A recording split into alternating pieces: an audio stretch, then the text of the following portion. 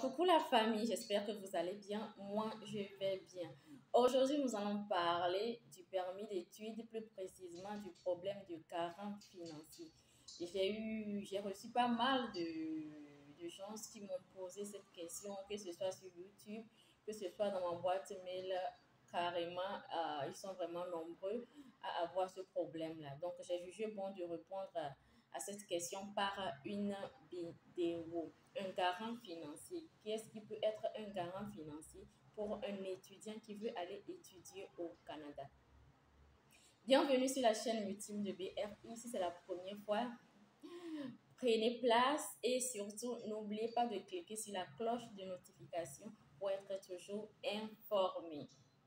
Moi, je suis Ayaba de BRI et BRI, c'est le bureau de révision en immigration.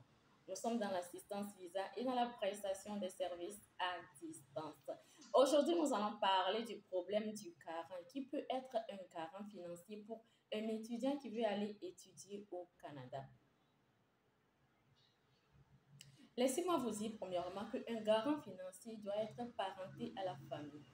Ton papa peut être ton garant, ta maman peut être ton garant, tu peux être ton garant, toi-même, tu peux être ton propre garant, oncle paternel, oncle maternel, ils peuvent aussi être ton garant. N'allez pas choisir une personne lambda, ok? N'allez pas choisir une personne qui n'a rien à voir avec votre famille. Il y a des gens qui n'ont pas les parents qui travaillent, qui ont des comptes, qui ont vraiment les moyens. Donc, du coup, ils ont au moins quelqu'un qui, peut-être un ami de la famille, qui a vraiment les moyens et qui veut vraiment l'aider. Dans ce cas-là, ce que je vous propose, de par mon expérience, ce que je vous propose, c'est de dire à cette personne-là de vous faire un don, un don.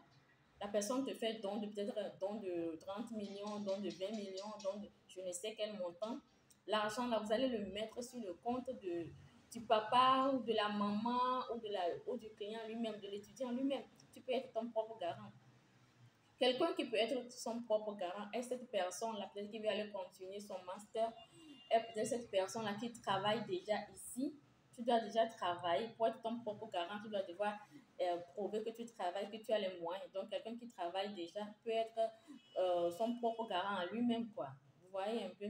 Donc, pour cette personne-là, la personne qui veut aider l'étudiant là, qui travaille déjà, qui veut aller continuer ses études au Canada, doit faire un don à l'étudiant en question et l'argent là doit être sur le compte d'étudiant. Et c'est l'étudiant qui doit prouver maintenant qu'il dispose de tel montant sur son compte qui va lui permettre d'étudier au Canada. Là, tu deviens ton propre garant. Maintenant, pour ces étudiants, par exemple, ceux qui viennent d'avoir leur bac, ceux qui vont faire premier cycle, deuxième cycle, par exemple, et qui ne travaillent pas pour le moment, ça forcément, c'est ton papa, ta maman ou tes oncles qui doivent être le garant financier. Maintenant, si les parents n'ont pas les moyens et qu'un ami lambda veut vous aider, comme je viens de le dire, il va faire un don et le don, l'argent là va être sur le compte du papa ou de la maman qui sera le garant. De par mon expérience, c'est le conseil que je peux donner à ces étudiants-là qui ont envie d'aller étudier au Canada, qui ont un problème de garant financier. On est d'accord? Comme je viens de le dire, BRI est dans l'assistance visa, que ce soit Schengen, que ce soit le Canada, États-Unis ou Dubaï. Nous sommes là pour assister ces personnes qui ont besoin d'une assistance jusqu'à l'obtention de leur visa. BRI ne garantit pas le visa. Nous sommes juste dans l'assistance, nous sommes juste dans l'accompagnement. On est d'accord que tout soit vraiment bien clair entre nous, mes chéris. Donc, du coup, c'est le conseil que je peux donner à mes frères et sœurs qui ont envie d'aller étudier au Canada et qui ont ce problème de garant financier. On est d'accord? Donc, je crois que le message est passé. Comme je le dis toujours, moi, je suis Ayaba de BRI et je viens de le dire, BRI, c'est le bureau de révision en immigration. Nous sommes dans l'assistance visa. Donc, pour ces personnes qui m'ont posé la question là, je pense vraiment que vous allez voir la vidéo et que vous allez maintenant comprendre comment choisir un garant financier. Ne prenez pas n'importe qui pour être votre garant. Ça ne va pas faire évoluer votre demande. On ne va pas vous donner le visa. Je parle par expérience. Je parle juste par expérience.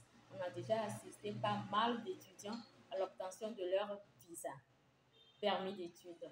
Donc, du coup, ne choisissez pas n'importe qui pour être votre garant. Merci beaucoup, mes chéris, et on se dit à très bientôt. N'oubliez pas de vous abonner, de cliquer sur la cloche de notification. Allez, bisous.